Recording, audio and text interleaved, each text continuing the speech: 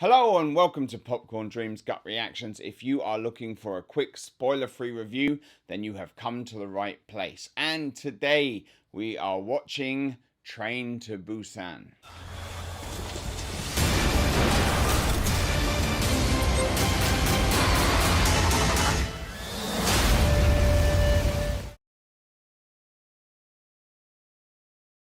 It was directed by Sang Ho-yeon and written by Joo-suk Park and Sang Ho-leon. It's about a father who doesn't pay enough attention to his daughter, messes up a present that he bought for her, and so he asks her what she would like instead, and she says she would like to go to Busan to go and visit her mother. And so it begins a fight for survival as the world around them crumbles due to a zombie virus outbreak. 부산으로 가는 KTX 406 열차가 곧 출발합니다.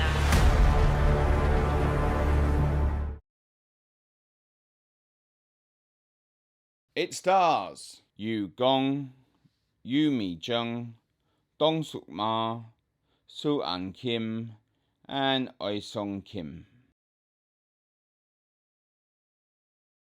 Yes, they are actually. They are really excellent. Everyone is absolutely on point with selling both the fear of the situation and also their gradual character development really well. Even the little girl is good, and I say even because quite often kids in films, especially in horror films, are either very wooden or very sort of bratty. She does have moments where she comes off as just sort of being a little bratty, but actually it's very convincing for who she is and the type of character she has. I mean, she's portraying a kid whose parents are divorced or are divorcing, and whose father, although he seems to have custody of her, he's always working. He's like quite high up in a chemical plant company, and so he doesn't give her the attention that maybe she needs.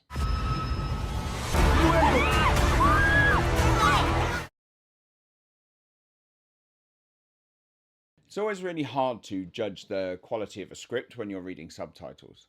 I mean, the subtitles can play quite well, or they can be pretty awful. And in quite a lot of translations of Asian films, when you're reading the subtitles, the speech seems forced and seems over expository. Whereas if you understand the original language, it seems a lot more fluent, it seems a lot more natural. But in this case, even with the subtitles, all of the relationships seem natural, they seem genuine, they're really well performed, they're very well written, and actually that's what elevates this movie from being just another zombie film. The motivations of all the characters seem natural and genuine.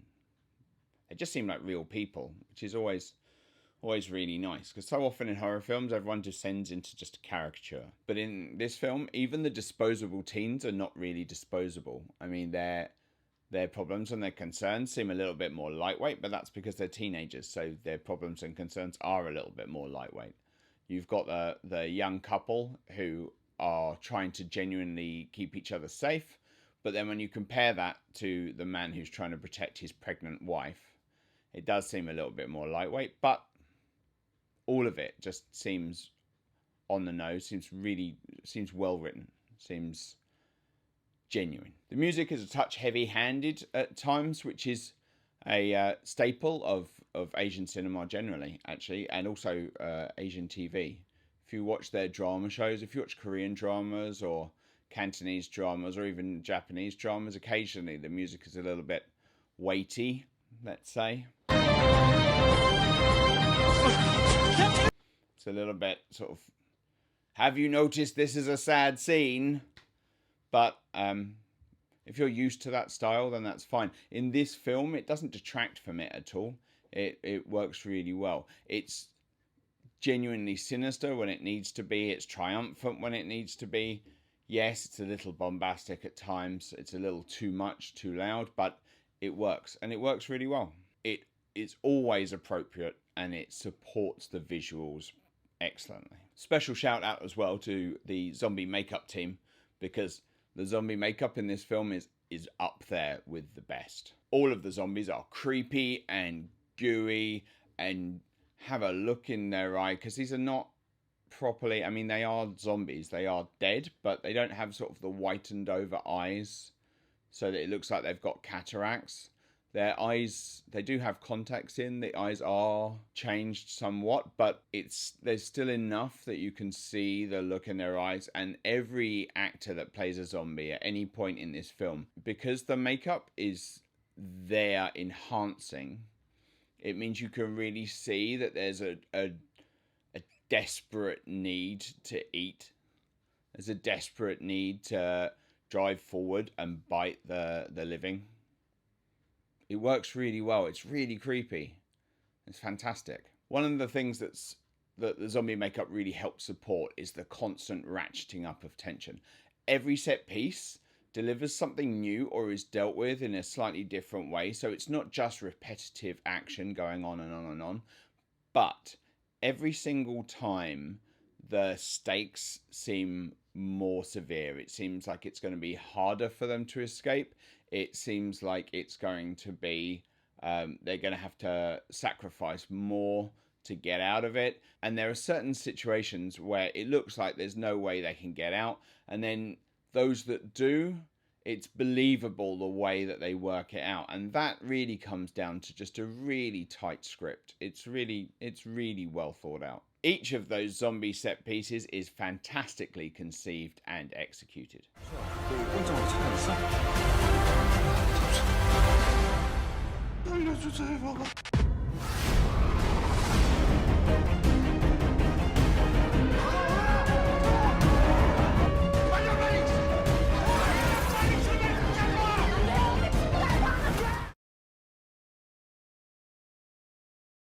Do I recommend it? Yes, absolutely. Believe the hype. This is one of the best zombie movies of the last, well, ever, really. I mean, we've had like a real glut of zombie movies in the last sort of 10-15 years, but this stands head and shoulders above most of them. Some of the zombie movements seem a little cartoonish, but it never detracts from the tension and the real feeling of threat that they have. The characters are likable. You want them to survive, and when something bad happens to anyone there, you feel it. You feel for them and you feel for their situation. Go check it out. It's absolutely brilliant, and don't be afraid of subtitles. So, thanks for watching this review. If you liked what you saw, don't forget to like, share and subscribe, and click the notifications bell. And I will see you next time on Popcorn Dreams.